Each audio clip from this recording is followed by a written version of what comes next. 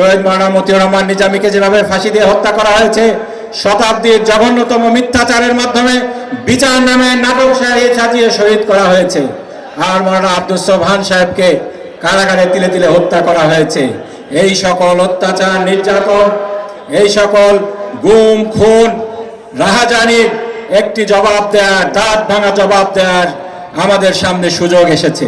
ইসলামী হুকুমত কায়েম করতে পারি, বাংলাদেশকে একটি মানবিক রাষ্ট্রে পরিণত করতে পারি। আমি মনে করি সে সমস্ত রক্তের বদলা নেওয়া হবে, সকল বঞ্চনা গঞ্জনার একটি দাঁত ভাঙা জবাব দেওয়া হবে। মহান রব্বুল আলামিনের শুকরিয়া আদায় করছি, যার অপার মেহেরবানিতে আজকে এরকম একটি উন্মুক্ত পরিবেশে আপনাদের সাথে এখানে মিলিত হতে পেরেছি, আলহামদুলিল্লাহ। অতঃপর দরুদ ও সালাম পেশ করছি মানবতার মুক্তির মহান দূত হযরত মুহাম্মদ সাল্লাল্লাহু আলাইহি ওয়াসাল্লামের প্রতি। সম্মানিত উপস্থিতি, দীর্ঘ সংগ্রামের পথ পেরিয়ে, রক্ত পিচ্ছিল পথ পেরিয়ে ফ্যাসিবাদকে হটিয়ে আমরা একটি নতুন বাংলাদেশ পেয়েছি। এই বাংলাদেশ কি আমরা আবার কি সেই ফ্যাসিবাদের হাতে ছেড়ে দিব? অবশ্যই দিব না, ইনশাআল্লাহ। যেই ফ্যাসিবাদের হাতে আমাদের প্রাণপ্রিয় নেতৃবৃন্দ শাহাদাত বরণ করেছেন, সবচেয়ে বেশি নির্যাতিত হয়েছে এই উত্তরবঙ্গের মানুষ। কেননা তারা ইসলামের পক্ষে ছিলেন, তারা ফ্যাসিবাদের বিপক্ষে ছিলেন, তারা বাংলাদেশের পক্ষে ছিলেন। সেই জন্য উত্তরবঙ্গের মানুষকে সবচেয়ে বেশি অত্যাচার করা হয়েছে। আপনারা জানেন, এই উত্তরবঙ্গে সবচেয়ে বেশি নির্যাতিত ছিল বাংলাদেশ জামাত ইসলামীর নেতাকর্মীরা।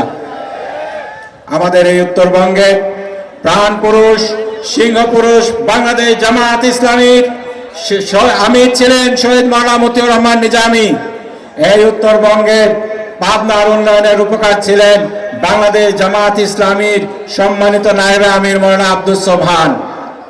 শহীদ মাওলানা মতিউর রহমান নিজামীকে যেভাবে ফাঁসি দিয়ে হত্যা করা হয়েছে, শতাব্দীর জঘন্যতম মিথ্যাচারের মাধ্যমে বিচার নামে নাটক সাজিয়ে শহীদ করা হয়েছে। আর মাওলানা আব্দুস সোবহান সাহেবকে কারাগারে তিলে তিলে হত্যা করা হয়েছে। এই সকল অত্যাচার, নির্যাতন, এই সকল গুম, খুন, রাহাজানির একটি জবাব দেওয়ার, দাঁত ভাঙা জবাব দেওয়ার আমাদের সামনে সুযোগ এসেছে। আমরা যদি সেই সমস্ত শহীদ নেতৃবৃন্দ যারা দাঁড়িপাল্লার প্রতীকে বারবার নির্বাচন করে নির্বাচিত হয়েছেন, তারা আজকে নাই, কিন্তু তাদের প্রতীক দাঁড়িপাল্লা আছে, ন্যায় ইনসাফের প্রতীক দাঁড়িপাল্লা আছে। আমরা যদি এই দাঁড়িপাল্লার প্রতীককে বিপুল ভোটে বিজয়ী করে সারা বাংলাদেশে সৎ এবং যোগ্য মানুষদেরকে নির্বাচিত করে পার্লামেন্টে পাঠাতে পারি, ইসলামী হুকুমত কায়েম করতে পারি, বাংলাদেশকে একটি মানবিক রাষ্ট্রে পরিণত করতে পারি, আমি মনে করি সে সমস্ত রক্তের বদলা নেওয়া হবে, সকল বঞ্চনা গঞ্জনার একটি দাঁত ভাঙা জবাব দেওয়া হবে। বগুড়াবাসী কি তৈরি আছে সেই দাঁত ভাঙা জবাব দেওয়ার? আল্লাহ তুমি সাক্ষী থেকো। ইনশাআল্লাহ আপনাদের ভোটে নির্বাচিত বাংলাদেশের অন্যতম মেধাবী ছাত্র নেতা, উদীয়মান তরুণ নেতৃত্ব ডক্টর মোস্তফা ফয়সাল পারভেজ ভাইকে আপনারা যদি নির্বাচিত করেন, বাংলাদেশ একটি শিক্ষিত, গর্বিত একজন নেতা পাবে, যে কিনা বাংলাদেশ ভবিষ্যৎ বাংলাদেশ, যেই বাংলাদেশ গড়ার জন্য ছাত্র জনতা তাদের বুকের তাজা রক্ত ঢেলে দিয়েছে। ছাত্র জনতা যেই বাংলাদেশকে বুকের তাজা রক্ত ঢেলে স্বাধীন করেছে, সেই বাংলাদেশের ভবিষ্যৎ বিনির্মাণে তিনি গুরুত্বপূর্ণ ভূমিকা রাখবেন।